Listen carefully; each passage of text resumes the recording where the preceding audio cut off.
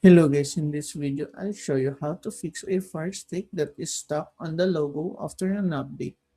Getting stuck on the loading screen is a common issue often caused by insufficient power or a corrupted update file. But most of the time you can fix it yourself without having to buy a new device. The first thing you should do is simply wait. It sounds basic. Some software updates for the Firestick 4K Max and Fire TV Cube can take up to 25 or even 30 minutes to fully unpack and install. If you see the logo animating, leave the device alone for at least half an hour.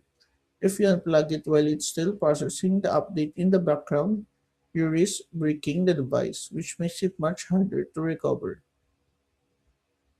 If waiting doesn't work, the most likely culprit is the insufficient power. Many people plug their Fire Stick USB cable directly into the back of their TV. However, in 2026, the latest Fire TV updates require more power than a standard TV USB port can provide, causing the Fire Stick to get stuck in the boot loop. To fix this, you always use the original Amazon wall adapter and plug it directly into a power outlet.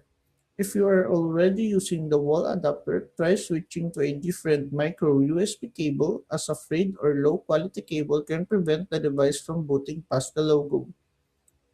If the screen is still frozen, you can try a forced restart using your remote.